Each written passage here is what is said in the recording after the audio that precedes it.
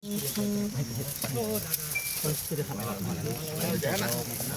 Sir sir मागे वाचो sir थोड़ा सा या मागे मागे मागे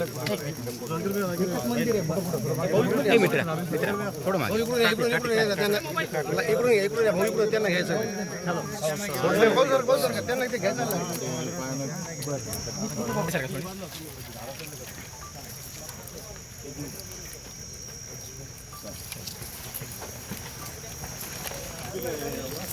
सरका मोबाईल दादा मधून सरका दादा मधून हो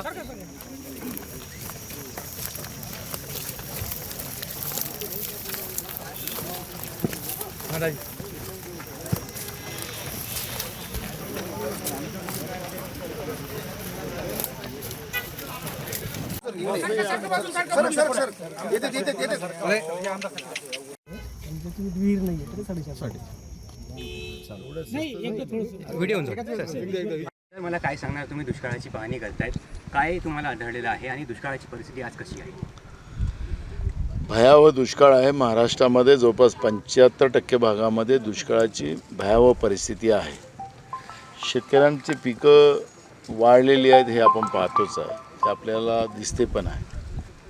मग तुतीची शेती असो या आमच्या डाळिंबाची शेती असो मोसंबीची शेती असो संपूर्ण हे नगदी पीक आज वाढलेलं आहे. एक झाड उभं करायला याला 6 वर्ष लागतात. लहान पोरासारखं हा झाड मोठं करते आणि मग त्याला फळं लागतात आणि मग शेतकऱ्याला 2 पैसे मिळतात. पण आता पीक हाती येण्याच्या पहिलेच आज शेतकऱ्यांची पिकं वाढलेली आहे. मुख्यमंत्र्याला फोन लावायचं तर मुख्यमंत्री नॉट रिचेबल, कृषीमंत्री नॉट रिचेबल आणि जे काही माहिती आहे की मुख्यमंत्री सुट्टीवर आहेत आणि मंत्री विदेशात आहेत. आज ही जी काही परिस्थिती आहे ना पिण्याचं पाणी ना जनावरांना चाऱ्याचं पाणी जनावरांना चारा आणि अशा परिस्थितीमध्ये जनता बेजार आणि सरकार आरामात आणि म्हणून शेतकऱ्यांच्या आत्महत्या ज्या मोठ्या प्रमाणात वाढल्यात आणि म्हणून काँग्रेसनी भूमिका याच्यामध्ये अशी घेतली की काँग्रेस स्वतः शेतकऱ्यांमध्ये जाणार, शेतकऱ्यांना धीर देणार की आत्महत्या कोणी करू नका. आज जे काही माजलेलं सरकार या सत्तेमध्ये आहे हे सरकार आपण काढू आणि शेतकऱ्यांना जे काही मूठभर लोकांसाठी जे सरकार चाललेलं आहे गर्भश्रीमंतासाठी चाललेलं आहे पण हे शेतकऱ्यांचं पुढचं सरकार आपण आणू आणि शेतकऱ्यांना अच्छे दिन आणू ही भूमिका आमची आहे.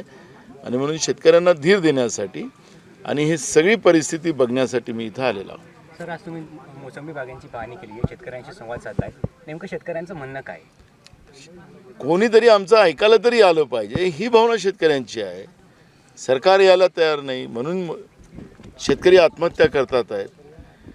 शेतकऱ्यांनी येत आहे हे काही बागायत मी तुम्हाला सुरुवातीला सांगितलं की एक झाड उभं करायला त्याला 6 वर्ष लागतं, त्याला खर्च करावा लागतो, लहान मुळासारखं त्याला पोसावं लागतं आणि मग ते फळ येतात. आता ही झाडं फळाला आली आणि आधी झाडं वाढलीत तिथं शेतकऱ्यांची अवस्था काय असेल, घेतलेलं कर्ज कसं परत करायचं, मुलाबाळाचं शिक्षण कसं करायचं, कुटुंब कसं चालवायची ही आज भीती त्याच्या मनामध्ये निर्माण झालेली आहे.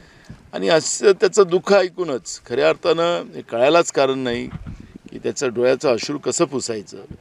पण सरकारने या शेतकऱ्यांच्या भावना आणि नोव्हेंबर महिन्यामध्येच आम्ही सरकारला सांगितलं होतं की यावर्षी दुष्काळ पडण्याची स्थिती आहे, पाण्याचं नियोजन प्रॉपर करा.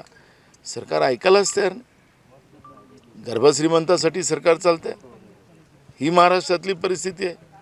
महाराष्ट्रातले उद्योग सगळे गुजरातमध्ये पाठवायचे, बेरोजगारी वाढायची ही परिस्थिती निर्माण करून ठेवलेली आहे. एबीपी माझा, उघडा डोळे बघा नीट.